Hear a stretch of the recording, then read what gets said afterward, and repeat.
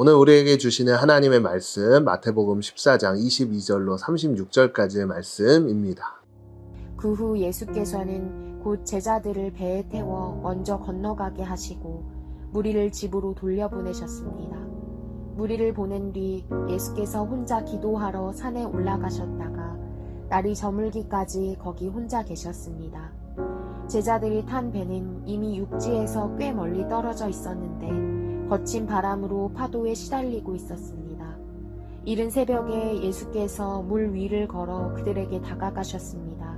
제자들은 예수께서 물 위로 걸어오시는 것을 보고 깜짝 놀랐습니다. 그들이 두려워하며 유령이다 하고 외쳤습니다. 그러자 예수께서 곧 그들에게 말씀하셨습니다.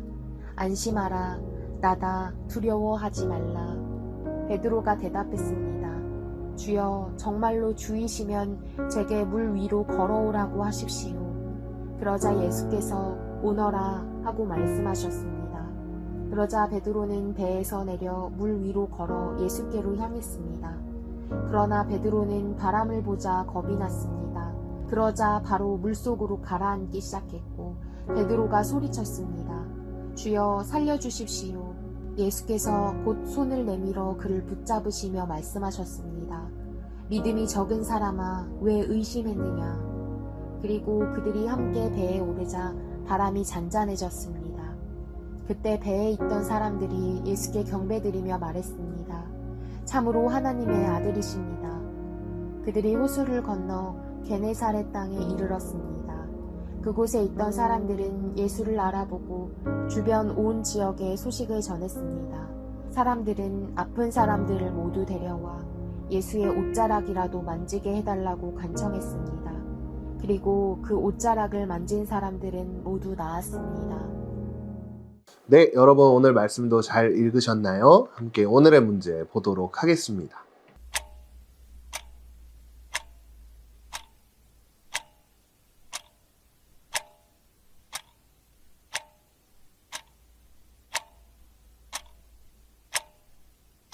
할렐루야! 오늘도 말씀 앞으로 나온 여러분들을 축복합니다.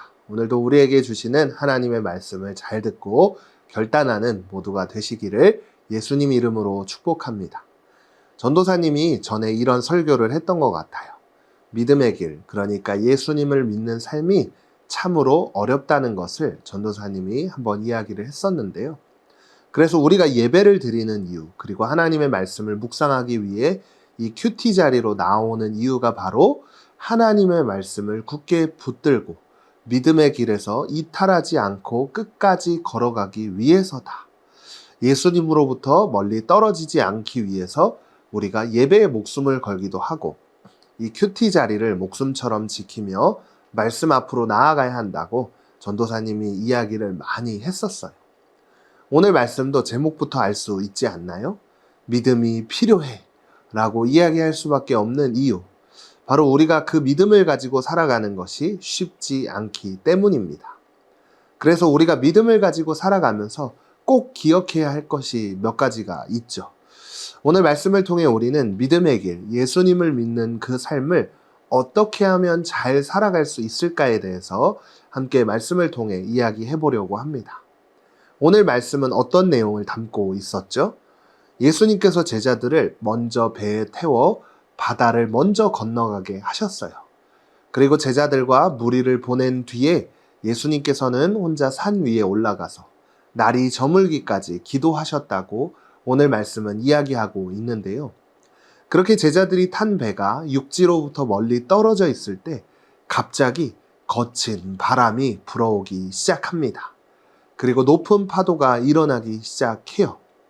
그때 이른 새벽이 되었을 때 한 사람이 물 위를 걸어오며 배를 타고 가고 있던 그 제자들 곁으로 다가오기 시작하는데요. 여러분 상상 한번 해보세요. 새벽에 늦은 밤에 그것도 아무것도 보이지 않는 바다에서 바람도 많이 불고 파도도 굉장히 무섭게 치고 있을 때 한 사람이 바다 위를 걸어온다고 상상을 해보세요. 그것을 본 제자들은 유령이다, 귀신이다 이렇게 이야기를 했는데 사실 이렇게 말할 수밖에 없는 게 당연했던 것이죠. 그러나 바다 위로 걸어오신 분은 다름 아닌 예수님이셨습니다. 그리고 이 예수님이었다는 사실을 알게 되자 베드로는 예수님께 이렇게 이야기하기 시작합니다. 베드로가 대답했습니다. 주여, 정말로 주이시면 제게 물 위로 걸어오라고 하십시오. 그런데 이 말을 들은 예수님께서 어떻게 하셨죠? 정말 베드로가 바다 위를 걸을 수 있도록 해주셨습니다. 베드로는 사람으로서는 불가능한 바다 위를 걷게 되는 기적을 경험하게 되었죠. 물 위를 걷고 계시는 예수님을 보자 자신도 예수님처럼 물 위를 걸을 수 있다는 확신과 믿음이 가득 차게 되었어요. 그 결과 정말 말도 안 되는 바다 위를 걷게 되는 기적을 경험하게 되었죠. 그런데 여러분, 중요한 것이 이 물 위에서 예수님 곁으로 가는 가운데 베드로의 시선은요, 예수님을 바라보던 그 베드로의 시선은 이제 다른 것을 바라보기 시작했다는 거예요. 사납게 출렁이는 파도와 바람을 바라보기 시작했고 이제 겁이 나기 시작했던 거예요. 그리고 어떻게 되었죠? 그러나 베드로는 바람을 보자 겁이 났습니다. 그러자 바로 물속으로 가라앉기 시작했고 베드로가 소리쳤습니다. 주여, 살려주십시오. 그리고 이 모습을 본 예수님은 베드로에게 말씀하고 계십니다. 믿음이 적은 사람아, 왜 의심했냐? 오늘 이 베드로가 물 위를 걷게 된 사건은 우리에게 아주 중요한 교훈을 알려주고 있습니다. 예수님을 바라보고 걸을 때는 바다 위도 걸을 수 있을 것이란 확신과 믿음이 있었지만 파도와 바람을 바라보기 시작하자마자 어떻게 되었죠? 겁이 나서 물에 결국 빠지게 되었다는 것. 이 사건은요, 믿음의 길을 걸어가는 우리가 어떻게 이 길을 걸어가야 하는지에 대해서 분명하게 알려주고 있는 거예요. 예수님을 바라보면서 믿음의 길을 걸어갈 때는 반드시 끝까지 걸어갈 수 있게 됩니다. 하지만 예수님이 아닌 내 주변 상황들, 주변 환경들, 베드로와 같이 출렁이는 파도와 강하게 불어오는 바람에 시선을 빼앗기자마자 어떻게 되었죠? 믿음은 온데간데 없고 두려움에 가득 차게 되었다는 것. 우리의 삶도 마찬가지라는 것을 기억해야 합니다. 믿음의 길을 걸어가면서 수없이 많은 것들이 우리의 믿음을 뒤흔들어요.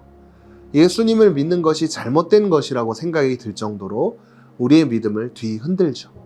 그러나 그럴 때에도 우린 어떻게 해야 할까요? 그런 상황들, 그런 환경들 바라보지 말고 우리의 주인이 되시는 예수 그리스도, 우리 삶을 가장 아름답게 세워주시고 인도하시는 예수 그리스도를 바라보는 것. 그것이 바로 믿음의 길을 끝까지 승리할 수 있는 팁이라는 것.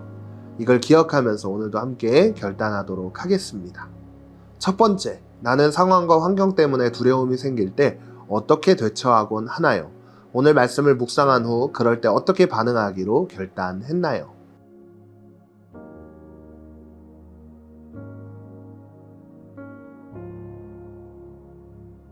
오늘도 말씀을 기억하며 함께 기도하겠습니다. 폭풍 속에서도 함께 하시는 주님, 삶의 거친 파도가 다가와도 주님만을 붙잡고 믿음으로 걷기 원합니다. 예수님의 이름으로 기도드립니다. 아멘.